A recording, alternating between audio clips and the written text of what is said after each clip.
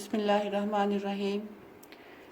Second year class आज का दूसरा लेक्चर शुरू करते हैं और इस पे हमने अपनी नेक्स्ट थ्योरी देखनी है which was proposed to explain the structure of coordination compound and the theory is called as Sidgwick's electronic concept of coordination.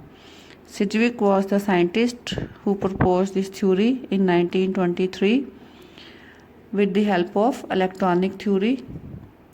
इस थ्योरी का मेन जो आइडिया था वो ये था that during the formation of coordination compound there is the donation of lone pair of electrons from ligand to the central metal atom, यानी कि ligand जो है वो सेंट्रल मेटल एटम को इलेक्ट्रॉन पेयर्स डोनेट करते हैं।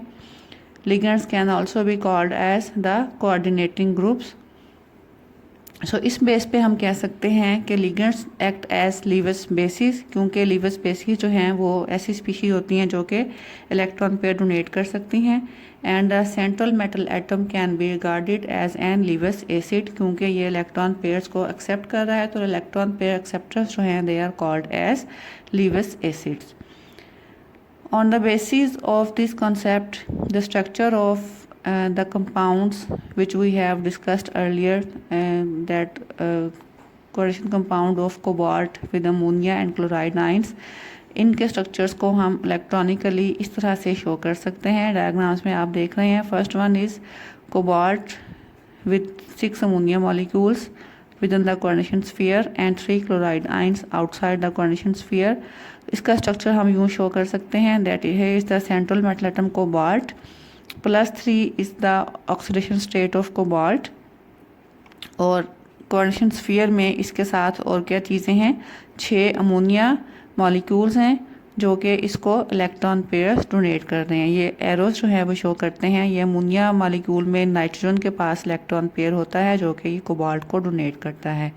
तो ओवरऑल चार्ज जो है upon the coordination sphere it will be the sum of net charge or oxygen state of central metal atom and the charge of the ligands।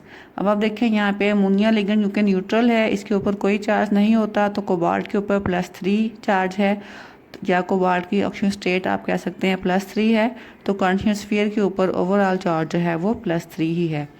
दूसरी example में जहाँ पे हमारे पास कोबाल्ट में 5 कोबाल्ट के साथ 5 अमोनिया मॉलिक्यूल्स और 1 क्लोराइड आयंस लिगेंड के तौर पे अटैच है, उसका स्ट्रक्चर देखें। स्ट्रक्चर सेम टाइप का होगा, सिर्फ फ़र्क ये है कि 5 अमोनिया है यहाँ पे और 1 क्लोराइड आयन। क्लोराइड आयन के पास भी आपको पता है कि लोन पेयर्स ऑफ इलेक्ट्रॉन होते हैं, उनमें से एक लोन पेयर ये इसको डोनेट कर रहा है सेंट्रल मेटल एटम को। अब यहाँ पे आप अगर चार्ज देखें और what is the charge of coordination sphere, तो कोबाल्ट की ऑक्सीजन स्टेट +3 है। अब 5 तो अमोनिया लिगेंड्स हैं जो कि न्यूट्रल हैं, लेकिन छठा लिगेंड जो हमारे पास क्लोराइड आयन है इट बियर्स -1 चार्ज, तो 3 + 3 -1 it will become algebraic sum will become equal to 2। So हमारे पास ओवरऑल चार्ज कोऑर्डिनेशन स्फीयर के ऊपर जो आएगा वो +2 होगा।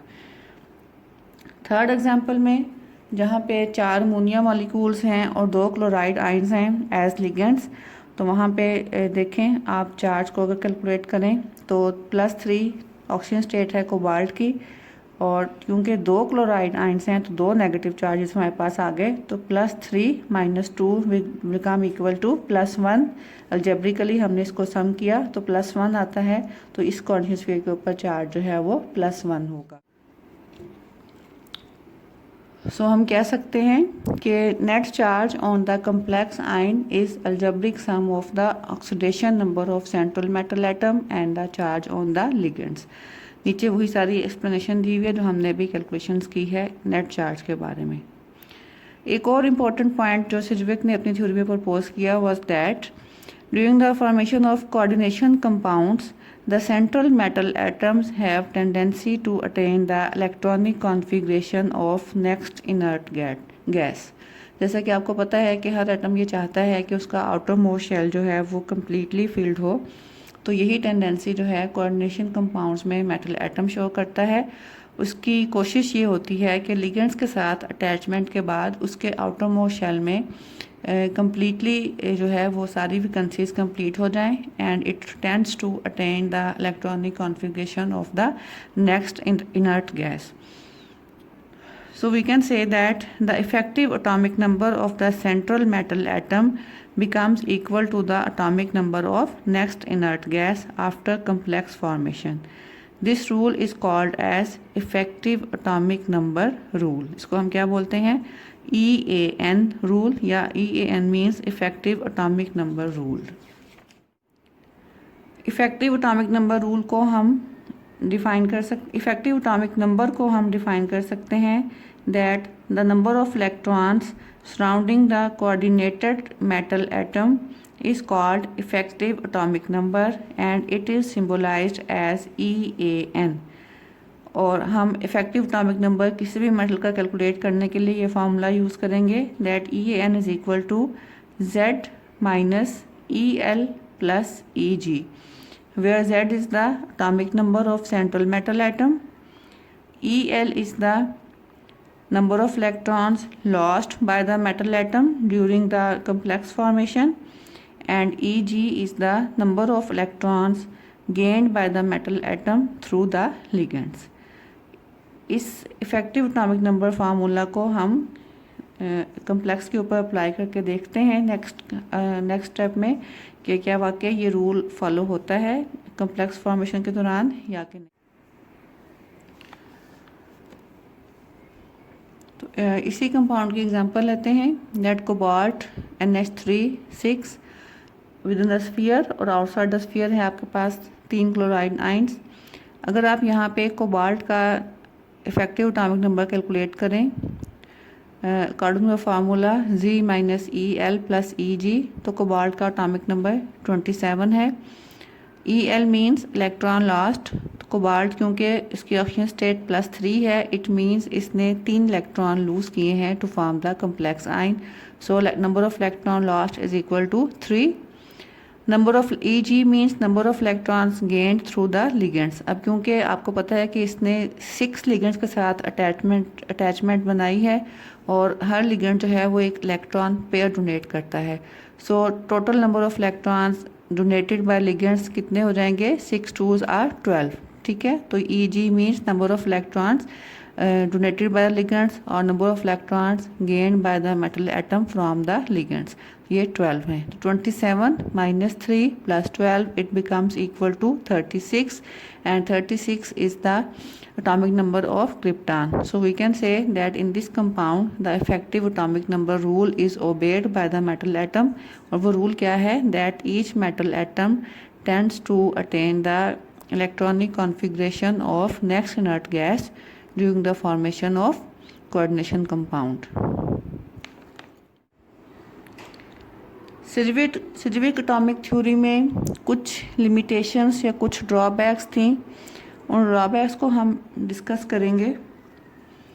First of all is that this theory is unable to explain the geometry of complexes. यहाँ पे हमें कम्प्लेक्स की ज्योमेट्री के बारे में कोई आइडिया नहीं मिलता कि ज्योमेट्रिकली कम्प्लेक्स की शेप क्या होगी.